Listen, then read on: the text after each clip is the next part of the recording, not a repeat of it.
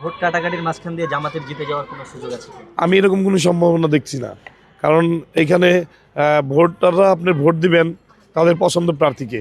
কারণ বিগত দিনে এগুলো ছিল যে মার্কা দেখে মানুষ ভোট দিতেন, কিন্তু এখন মানুষ চাচ্ছে যে সৎ যোগ্য প্রার্থী, সে যে দলেরই হোক না কেন। মানুষ এখন চাচ্ছে একটু আপনার গতানুগতিক পূর্বের ধারায় আর ফিরতে না। মানুষ চায় যে একটু শান্তিতে থাকতে, একটু শান্তিতে বসবাস করতে। মানুষ ভাত চায় না, টাকাও চায় না, পয়সা চায় না। মানুষ চায় যে একটু নিরাপদে শান্তিতে বসবাস করতে। এই জন্য সাধারণ জনগণের আকাঙ্ক্ষা যে প্রার্থী যে দলেরই হোক না কেন, সেই দলে যদি সৎযোগ্য প্রার্থী হয়, জনগণের আমানত রক্ষা করবে, জনগণের ভোটের অধিকার রক্ষা করবে, তবেই তারা জনগণ সেই প্রার্থীকে বেছে নেবে বলে মনে করি।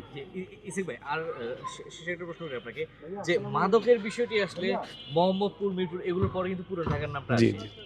এই বিষয়ে আপনার কোনো বিশেষ পরিকল্পনা আছে? দেখুন, মাদকে আমাদের পুরাতন ঢাকার তরুণ সমাজরা এখন অনেকটা মাদকাসক্ত হয়ে যাচ্ছে। একটা ঘরের যদি মাদকাসক্ত একজন ব্যক্তি থাকে, তাহলে পরিবারটা পুরোটাই ধ্বংস হয়ে যায়। দেখা যায় যে সেই মাদকাসক্ত ব্যক্তি তার পরিবারের উপর অত্যাচার করে, টাকার জন্য জুলুম করে, নির্যাতন করে। এছাড়াও মাদকের কারণে আপনার চাঁদাবাজি, সন্ত্রাসী, ছিনতাই এগুলো বেড়ে যায়। তা আমরা ইনশাল্লাহ পরিকল্পনা নিয়েছি যে মাদক ব্যবসা যারা করে, মাদক ব্যবসা যারা জড়িত, তাদেরকে আইডেন্টিফাই করে আমরা প্রশাসনের হাতে সোপর্দ করব, অথবা তাদেরকে এই এলাকা থেকে আমরা বের করে দেবো, যাতে এই এলাকার মধ্যে অন্তত মাদক ব্যবসাগুলি তারা করতে না পারে।